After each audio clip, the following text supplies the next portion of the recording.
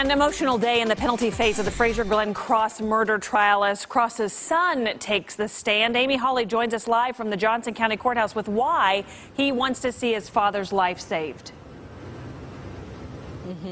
Well, Frazier Glenn Cross, as you said, Krista, called his own son to the stand today after a long conversation on the phone with his son late last night, convincing him to do so. He didn't want to be photographed, by the way, today. He was very soft-spoken, both with us when we talked to him today and both in the courtroom also this morning. He says while he doesn't agree with what his dad did, he also doesn't want to see his dad die.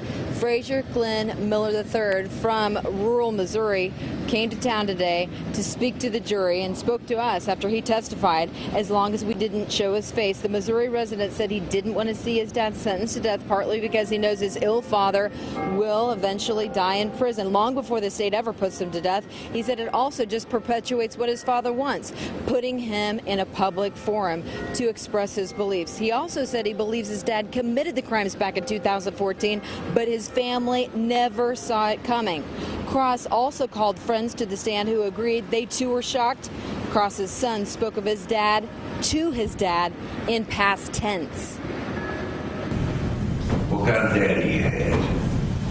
I think for the most part I had a good father.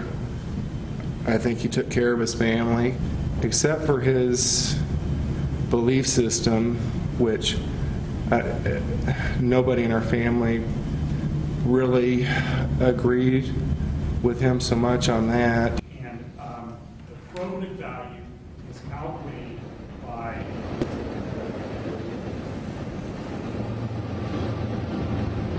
Cross calling all of these witnesses in hopes to get mercy from the jurors. He's now back on the stand once again talking about his beliefs after doing so for hours yesterday. He's been on the stand at least 3 or 4 hours already today, continuing to explain his beliefs. He can call witnesses, he said, probably through Friday, which may mean jurors could be sequestered through the long Labor Day weekend. Tonight at 5, hear my interview with Frazier Glenn Miller III, Cross's son, and what he has to say to the victims' families tonight at 5. In Johnson County, Amy Hawley, 41 Action News.